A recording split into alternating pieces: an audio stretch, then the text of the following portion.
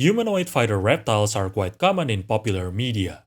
Lizard fighters are especially common, but there are also crocodiles, snakes, even turtles sometimes. On the contrary, amphibians are rarely depicted as fighters. More often than not, they are either spellcasters or something sneaky like assassins or something like that. The topic of how humans view specific animal groups and what we associate them with is interesting for sure, but that's not what I'm gonna do right now. What I want to tell you is, did you know there is a real-life frog species that fight each other with weapons, and we call them gladiator frog. They are known for their aggressive behavior. Or are they?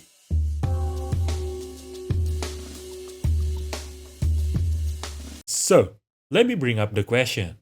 What exactly is gladiator frog? Gladiator frogs are actual frogs.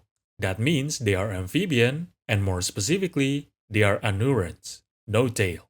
They are true tree frogs in the family Hylidae, not the flying frogs from the tropical old world, by the way. That's Rhacophoridae.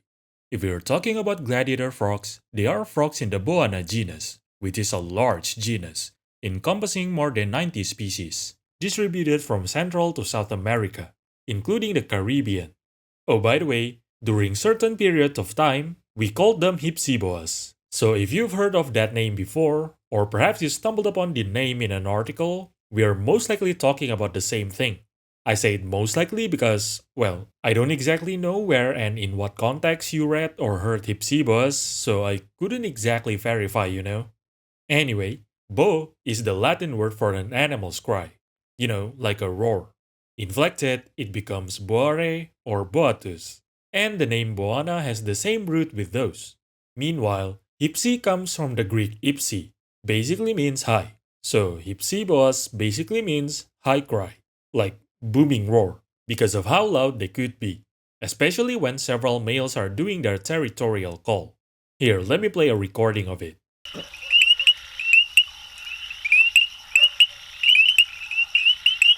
I'll talk further about their call later in the ecology section.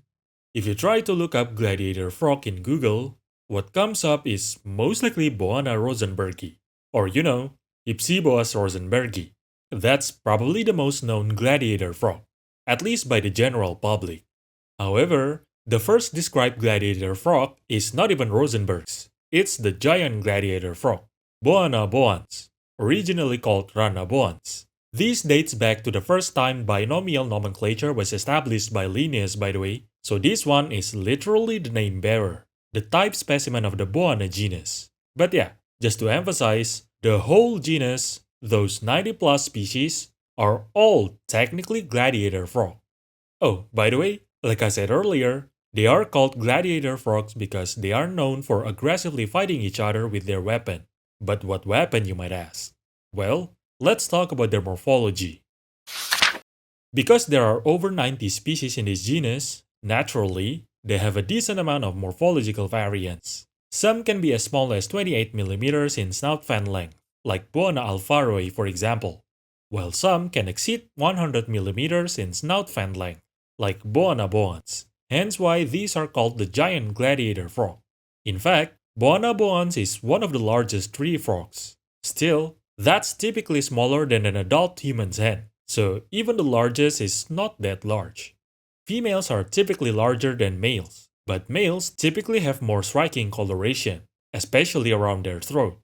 As with many other tree frogs, they have discs on the tip of their digits, both forelimbs and hind limbs. They generally have webbings, but the hind feet typically have more webbings than the forefeet. Some species could have almost full webbings on their hind feet, while the forefeet are half webbed. Meanwhile, some species have lesser webbings to the point that even the webbings on their hind feet are barely noticeable, let alone the ones on their forefeet. But wait, while we are looking at their feet, I want to guide your focus to this. This is called prepollex, or simply prepollical spine. By the way, pollex literally means thumb, so prepollex basically translates to before thumb. This is their weapon. Now you might think, how could this be used as a weapon? And why is it called prepollical spine when it's not even a spine? Well, to answer that, Let's take a look at this image instead. This is the prepollex. Still doesn't look like a weapon? Well, that's because it's sheathed. They can retract the fleshy sheath to reveal this. Now this looks like a weapon, doesn't it? Males have significantly longer prepollical spine because, well, males are the ones who fight each other. But why though? Why are they even fighting each other? Let's talk about their ecology. But before that,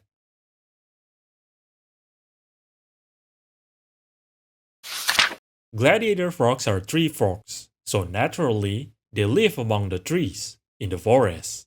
They mostly eat arthropods, but they are quite opportunistic and will eat plant materials like fruits and seeds.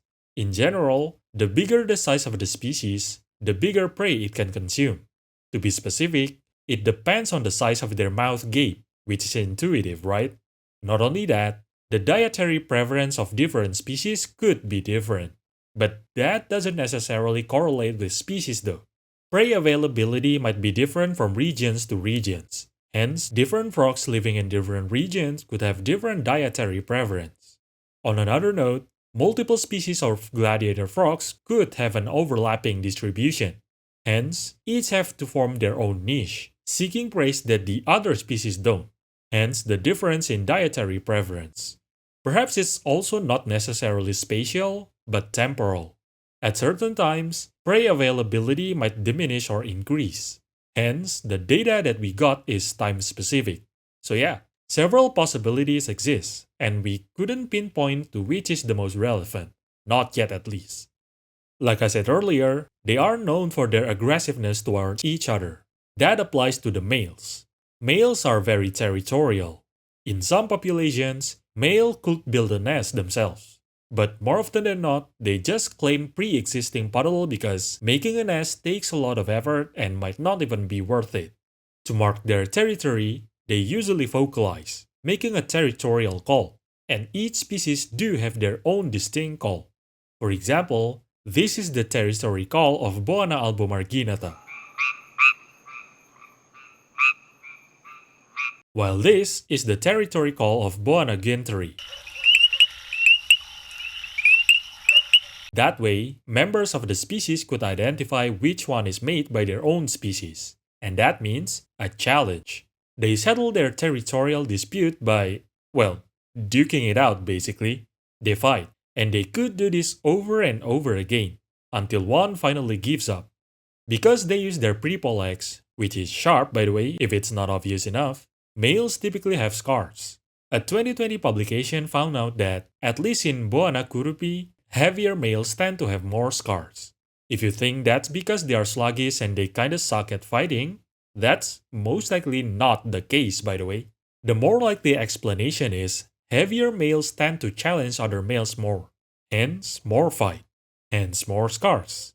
Though, I kinda hint this at the end of this video's intro, but gladiator frogs are not always aggressive towards each other. Some species prefer to be civil, and utilize their territory call to settle the dispute. Which, if you think about it, that's basically shouting at each other, which doesn't sound that civil, but hey, at least they don't stab each other, right? In Boana rosenbergi, the Panamanian population are indeed aggressive towards each other, but the Costa Rican population don't. Most likely because the population is not as dense, hence almost all males could have their own territory. So no dispute is happening.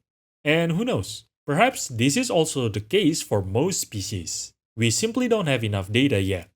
But the question is, why do they bother claiming territory for their own? Well, as with many other animals, to mate. When already settled in their territory, male will produce advertisement calls during breeding season. Each species also has unique advertisement call. For example, this one is Boana boans. This one is Boana rosenbergi. And this one is Boana raniceps.